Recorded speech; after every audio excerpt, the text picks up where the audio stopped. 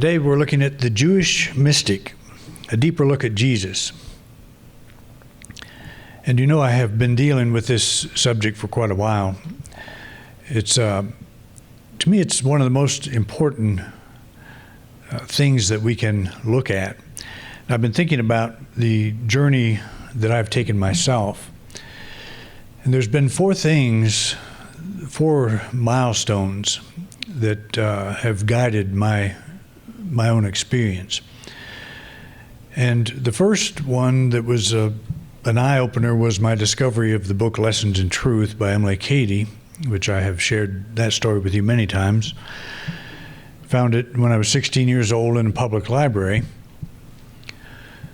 The second milestone was my own mystical experience, or actually it was a series of experiences in my early 20s, maybe late teens. I'm not sure exactly how old I was, but it was an experience that was strong enough to change the whole way I thought of my life. And I haven't had too many of those types of experiences, but it's a spiritual breakthrough that made me realize that this whole spiritual thing is not theory. There's a real level of reality that we can all experience. But it's elusive. It's difficult to get into that. But somehow my mind was opened to the point where I was exposed to it in a way that left me changed, I think, permanently. The third thing that I discovered was critical scholarship, critical biblical scholarship. I was raised, like many of you were, in traditional Christian thinking. And I really can't say if I believed what I heard or just assumed that that's the way it was because I was born into it and never really thought about questioning it. But when I found the book Lessons in Truth, it was like I was ready for that. I didn't even know that I was looking for. It showed me a whole level of Christianity, a whole view of it I never even thought about, but it was absolutely in harmony with the mystical experience.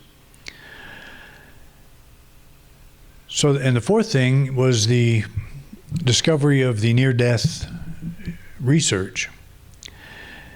And all four of these things have caused me to question my view of Jesus. The most significant in this regard has been the critical biblical scholarship, where I discovered that there are people that take the scientific approach to taking the Bible, or say a book of the Bible, a section of the Bible, and say, how did it come about? And they take a multidisciplined approach to that. It could be archaeology, linguistics, history. There's all kinds of things. When you take a religious scholar, what the religious scholar will do is say, okay, we believe Jesus is this and this and this, and here's the scriptures that support that. So they'll use a scriptural base as their context, whereas the critical scholar will take more of a secular approach, or, as I said, the scientific approach, and follow the evidence wherever it leads. And a lot of times the evidence leads to places that the religious scholar won't go, they do not accept. And one of the ones that I turn to most often is the Jesus Seminar. And it's a group of 70 scholars. They've disbanded now. They were published, I think, one of their first works in 1993. Called The Five Gospels. And a second one they published is The Acts of Jesus, 1998. And I highly recommend both those books just because it exposes you to how scholars think, how critical scholars think. It's a very fascinating study. They speculate on how the names of the Gospels came about, for example. They were anonymous originally. Nobody knew who wrote them. The early church made claims about who they thought wrote them, And those claims were usually centered around people that were closely associated with Jesus or people that knew Jesus. And they did that for authority, to give the writings a sense of authority. That was a common practice. But nobody knows who wrote them. And when this Jesus seminar, what their goal was is to try to find the historical Jesus. And they go through studies that will bore most of us to tears, but it's fascinating if you stay with it. And one of the reasons I like both of these books is because you can follow what they're doing. You can follow their how they're doing the research and so on, and it's very enlightening. But what critical scholarship has done for me, it has said you can think outside the box, because there are people that are doing it. There are people that are exploring these things. What they came up with is that the Jesus of religion, the Jesus of mainstream Christianity, they do not believe he himself saw himself in that way. That he came down from heaven, that he died for the sins of humanity and all that. It's very controversial. And they received a lot of criticism, of course, from the religious arena, which you would imagine. I interviewed one of the Jesus seminar, one of the, they call them the fellows that were associated with that seminar. I interviewed one when I was in Springfield. We had an on-stage thing and a very nice turnout, but he was one of the scholars, and we had an hour and a half discussion. It was very enlightening. And the most enlightening aspect of that was talking to him in my office by myself. I could ask all kinds of questions that I wouldn't ask necessarily in public. But anyway, he attended one of the biggest Baptist churches there in Springfield, Missouri.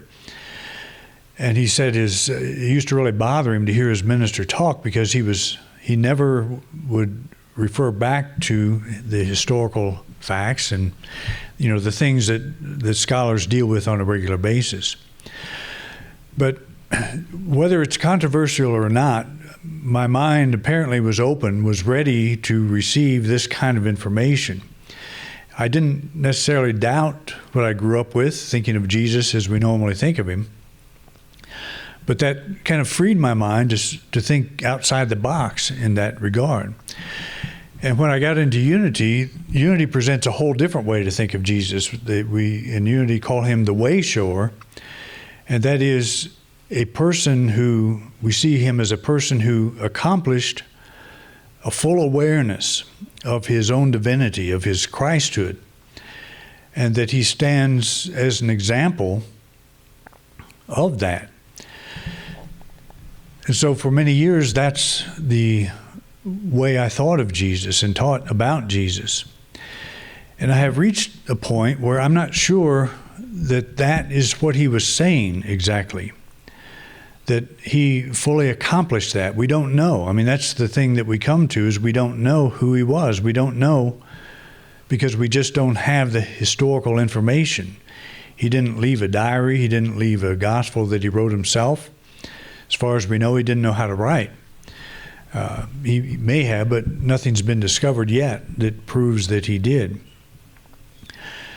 And so there's part of me that says, are you, speaking to myself, are you still Christian? Do you still embrace Christian values?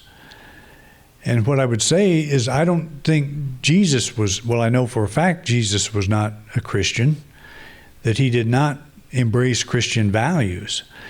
And we normally think of him as that way. We think of him as the first Christian. He invented Christianity. But he didn't. He was a Jew. He was born a Jew, he lived a Jew, and he died a Jew. And everyone around him was a Jew. His family was Jewish. And every indication that we have in the Bible is that Jesus was Jewish. And I have come to, I don't want to throw out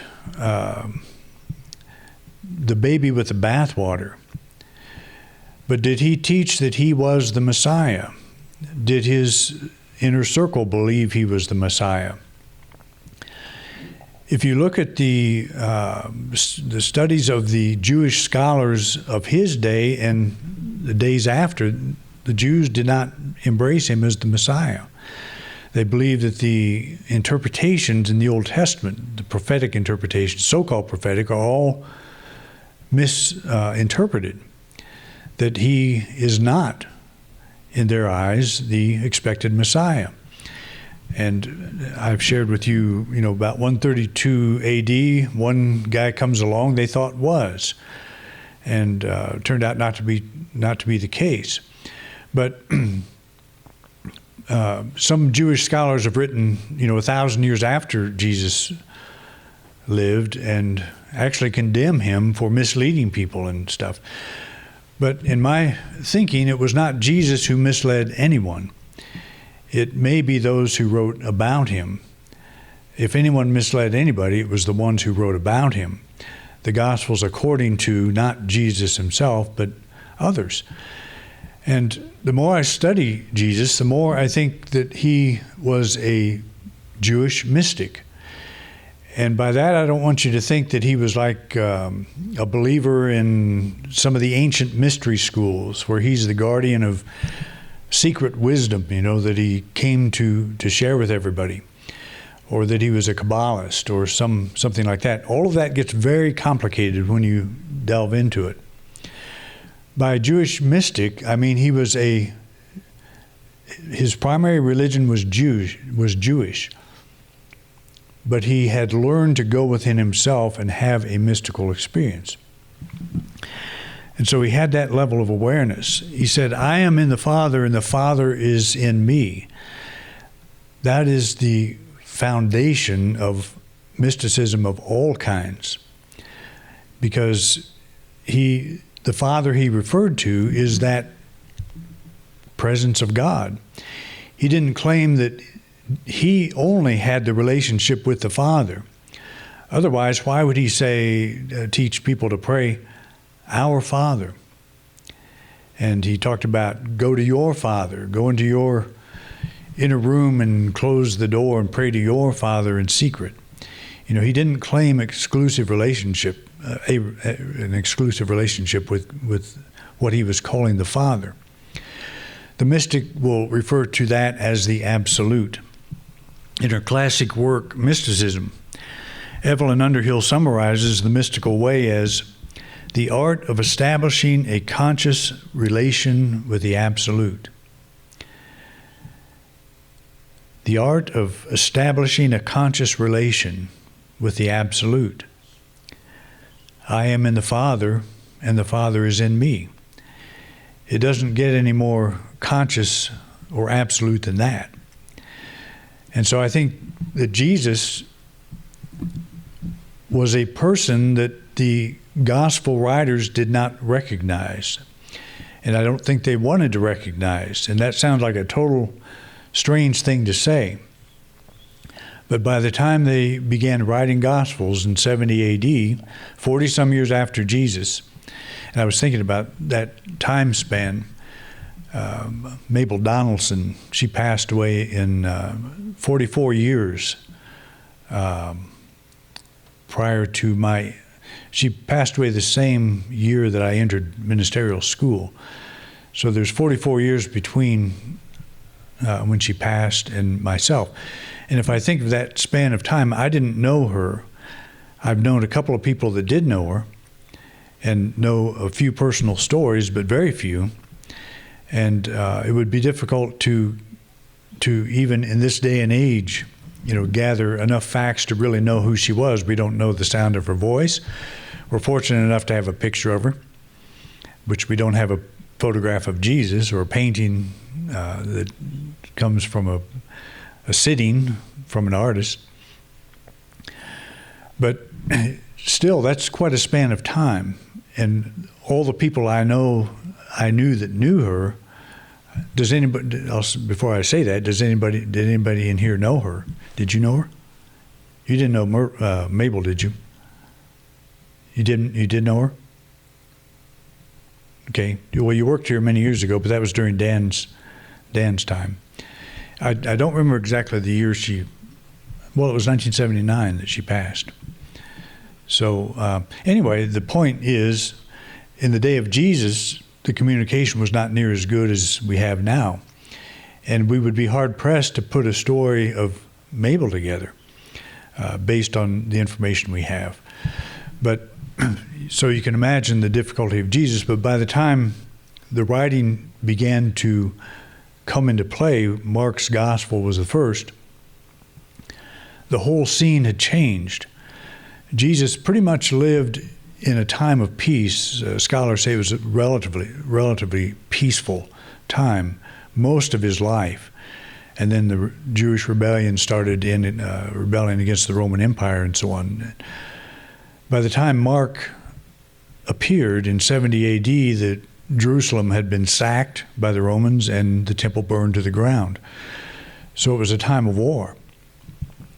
So there was a very different need for a very different kind of Jesus when Mark appeared.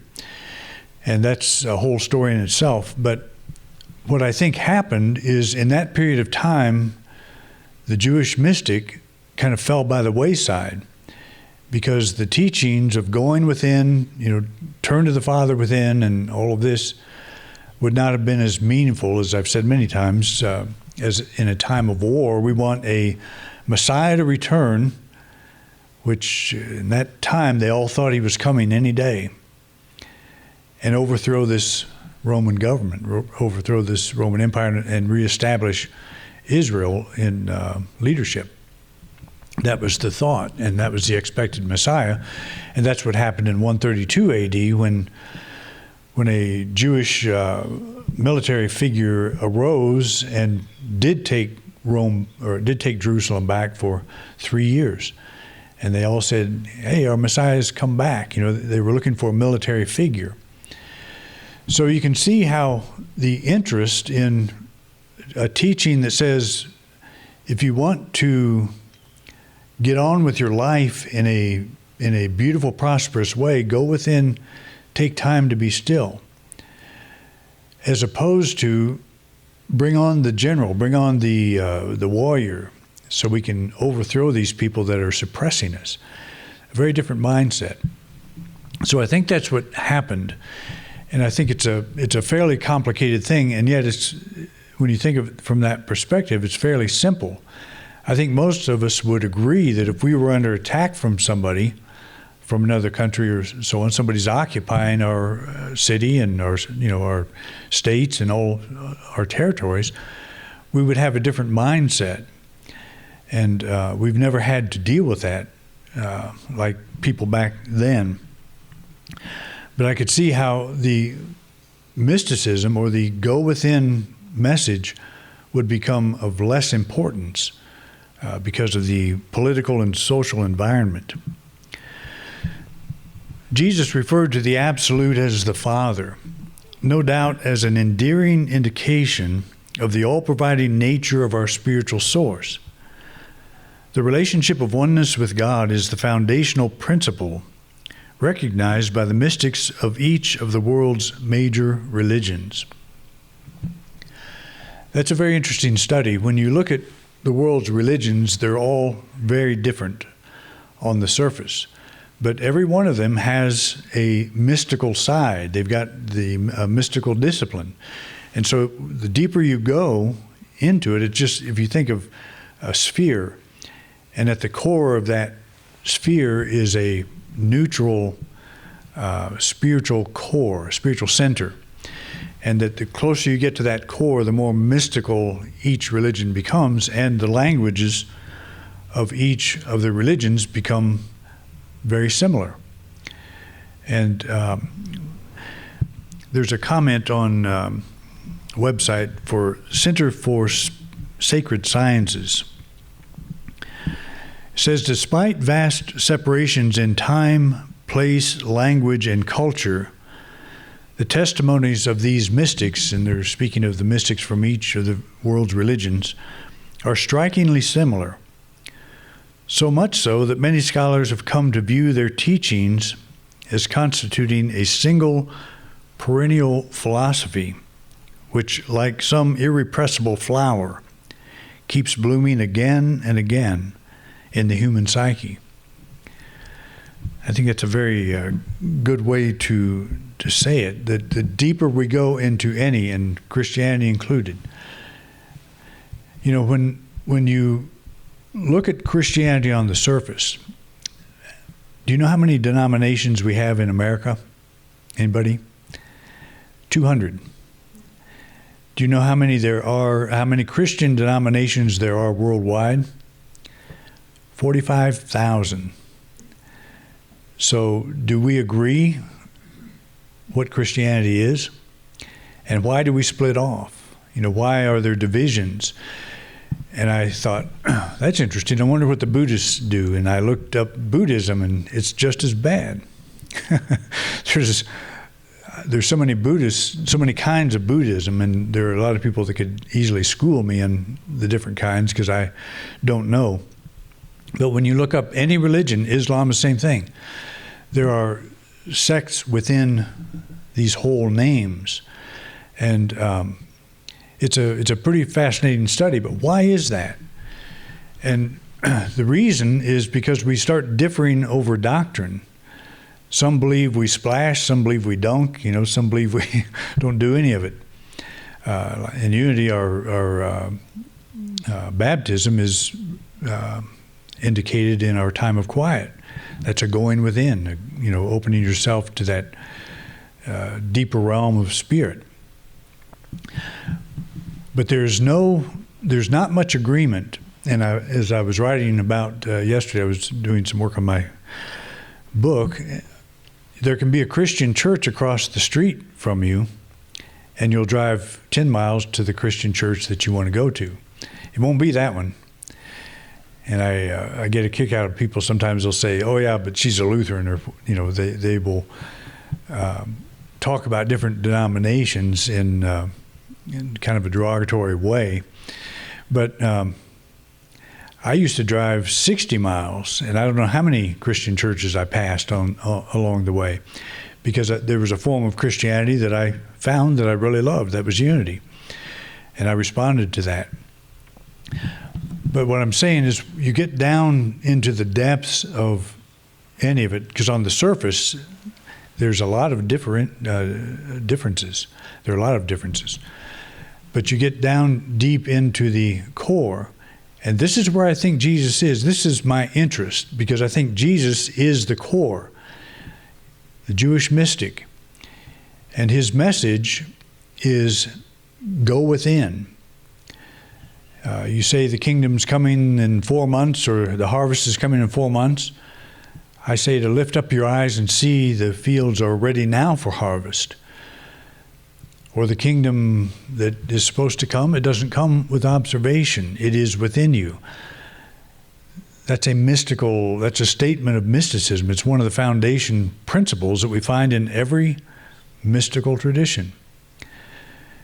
And so I think that he was misunderstood, that he became something that was needed at the time to those early Christian writers. And actually, they didn't start out to be Christian writers, but that's where the language comes from. And Paul began writing around 52 to 53 AD, and he really set the tone for a lot of the language that is used in Christianity. And scholars believe that his writings were influential with Mark. And I keep focusing on Mark because Mark was the first one out. Matthew and Luke came 10 to 15 years after that. And John, quite another 10 years, I think, after that, 5 or 10 years. But they came from different times. So the scene during Jesus' life was very different than is depicted in all 4 of the Gospels. Jesus is always arguing with the Pharisees, for example, especially in John. Jesus is arguing against the Jews a lot. And what that tells us is, by the time John came out, these people were fighting. The the Jewish Christians and the mainstream Jews were fighting. And so the Jews become the problem in John by the time we reach John. But the Pharisees were pretty prominent. And Matthew has Jesus giving 7 woes, about all these guys, how bad they are. But history, speaking of history, the Pharisees were not yet prominent. They were not yet the ruling party. It was the Sadducees. And it's those things don't really matter because, we just think of religious authorities. He was fighting religious authority, which he probably did, just like I do. I don't agree with it. And I don't fight it, but I don't agree with it. And some say if you don't agree with it, you'll go to hell. And I will fight that, of course. Jesus was a Jewish mystic. He was so aware of his oneness with God that it became his sole mission in life to teach others the value of knowing their oneness with the Father. He said to Pilate, "For this I was born, and for this I have come into the world, to bear witness to the truth. Everyone who is of the truth hears my voice." I totally understand that statement. And I really question whether or not he would have given that statement to a man like Pilate under the circumstances. He's, about to be condemned to death, and he gives Pilate his purpose for living. I could see him maybe sitting around a campfire and one of the disciples say, why would you want to be in such a difficult business as ministry? Why not stick with carpentry? It's a lot simpler, a lot safer. And what the mystic would say is, because I've had this profound experience and I can't talk about anything else. People need to know about this. And and the people that have had experiences, the experience I had, I understand what he's saying. I did the same thing. I chose ministry, a life of ministry, because of the experience I had. If I had not had that experience, I wouldn't have probably chosen that path. But I can understand how he would do that, how he would make that his sole purpose in life is to bear witness to this truth that the kingdom of God is within everybody. It's not just me, it's within everybody. And that is the most important thing a person can come to know. And again, remember the Gospels were put together probably from a list of sayings, not any kind of narrative. So they would take these sayings that were written down, and the way John used that saying may not have been how Jesus had spoken it. So the challenge we face when reading our Gospels is that they were written by Christian evangelists who incorporated the teachings of a Jewish mystic into their accounts. If you keep that in mind, what you will learn to do if you care to pursue such a study is, as you're reading any of the gospel accounts, to be able to tell when the Christian is speaking and when the Jewish mystic is speaking. And you can do this. You can get where you do this. And in the book I'm working on, I point out the 3 kinds of sayings, that how they're modified and what to look for. But anytime the evangelist is talking about the kingdom of the future, that would not be a Jewish mystic. That would be a Christian evangelist. If you read the Apostles' Creed or the Nicene Creed, either one or both, you'll find kind of the cliff notes of Christianity. These people went through the Gospels and put together the points, the high points of the Christian faith. This would not be what Jesus adopted. This would be what the evangelist adopted and is putting forth. So we have the writings of a Christian evangelist using sayings attributed to a Jewish mystic. We've got 2 layers of meaning, and it's not that difficult to begin to sort those out. And hopefully that's what I'm going to accomplish in the work I'm doing now. Truth to the evangelist refers to the validity of the Jesus narrative that had evolved over the 40 years after his death.